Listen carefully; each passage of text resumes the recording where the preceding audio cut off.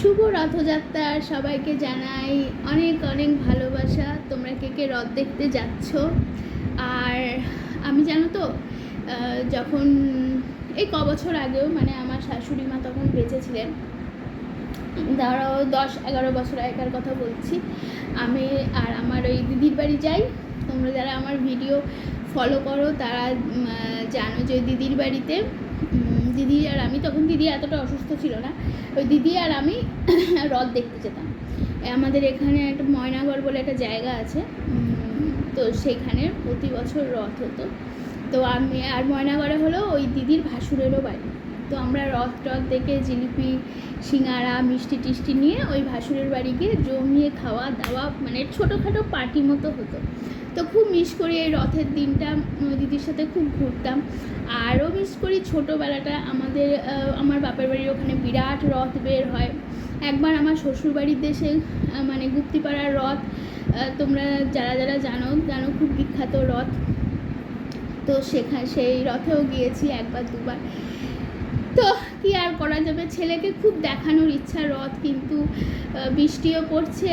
আর দেখি যদি শরীর পারমিট করে তো এখানে যদি রথ বলো, তাহলে রথ হলো আমার বাড়ি থেকে একটু দূরে শখের বাজার বলে একটা জায়গা আছে, শখের বাজারে রথ বেরোয়। তো দেখি বিকেলবেলা যদি পারি ছেলেকে নিয়ে যাব।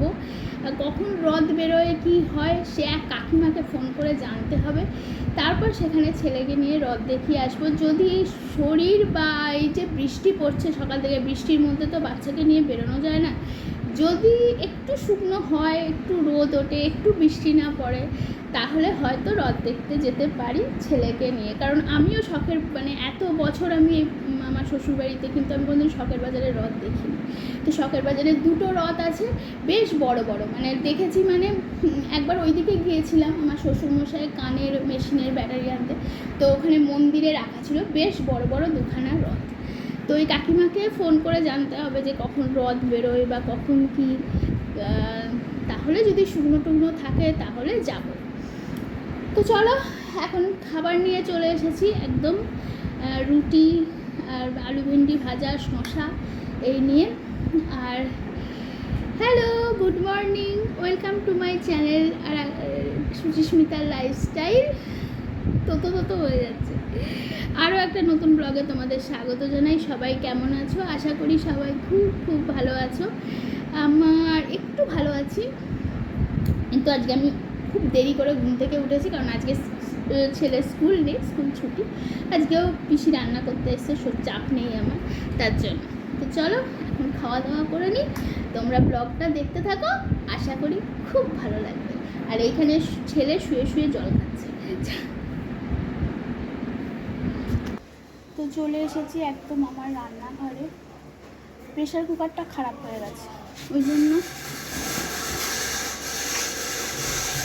দেখো এখানে হচ্ছে ছেলের মাংস সেদ্ধ, আর এটা হচ্ছে চকর।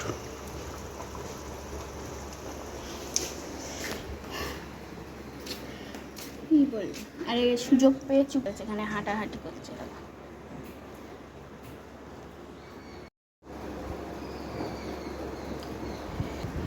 জামা কাপড় কাচা শেষই হয় না। আর চলো আজকে কি কি রান্না হয়েছে তোমাদের একটু দেখিয়ে দিই।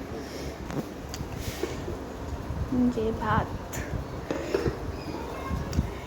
ডাল, এটা কি বলো তো, এটা হচ্ছে বলো তোমরা, দেখি কিরম বলতে পারো। এটা সকালে জলখাবারের তরকারি। এই জামগুলো খেয়ে নাকি রাখতে হয়, আঁটিগুলো কি করবে ভগবান জানে। এই যে আলু, এই উচ্ছে বেগুন ভাজা, এটা হলো পেঁপের তরকারি, এটা হলো লাউয়ের খোসা ভাজা, আর এটা কচু দিয়ে চিংড়ি মাছ দিয়ে পিসি কী করেছে ভগবান জানে। আচ্ছা, এটা হচ্ছে, আমি নামটা মনে করতে পারছি না, আমার এখন এমন অবস্থা, দাঁড়াও পরে বলছি। মনে পড়েছে, লোটে মাছের ঝুল। যা তা অবস্থা হয়ে গেছে শরীরে, কিছু মনে পড়ে না। আচ্ছা, আজকে মিস্ত্রিরা দেখো সব কাজ হচ্ছে, দরজা মরজা বন্ধ করে দিয়েছে, আমার ছেলে নিজে বেড়াচ্ছে, কাজ হচ্ছে। মানুষের বাড়ি যে 1 বছর ধরে রং হয়, এটা আমার বাড়ির প্রমাণ। মানে এরা বকরিতে গিয়েছিল, বকরিতে গিয়ে 1 মাস কাটিয়ে এলো।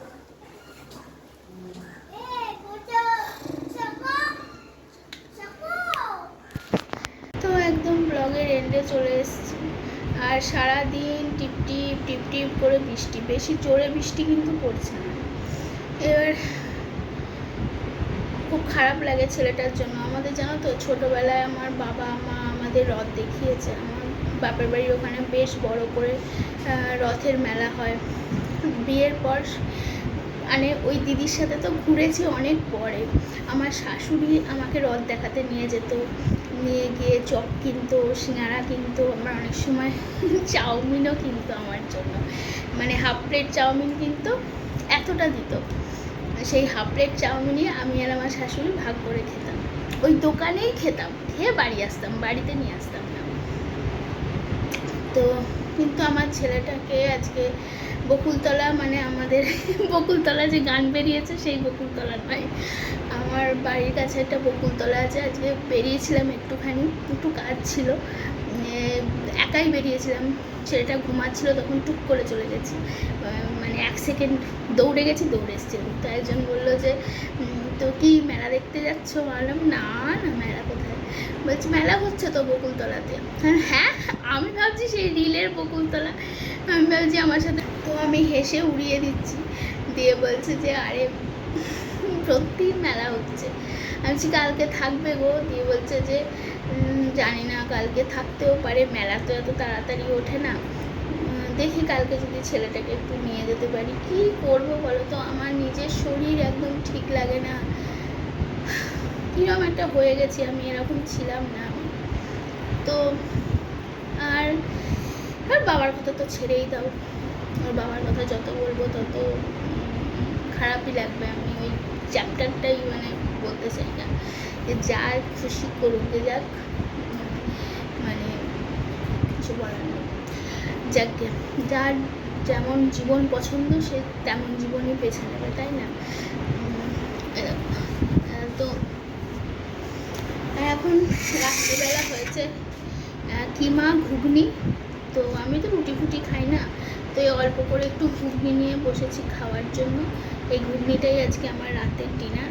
বেশি ভালো করেছে, 1 চামচ খেয়ে দেখেছি। চলো আজকের ব্লগটা আমি এখানেই শেষ করলাম। সবাই ভালো থেকো, সুস্থ থেকো, সাবধানে থেকো।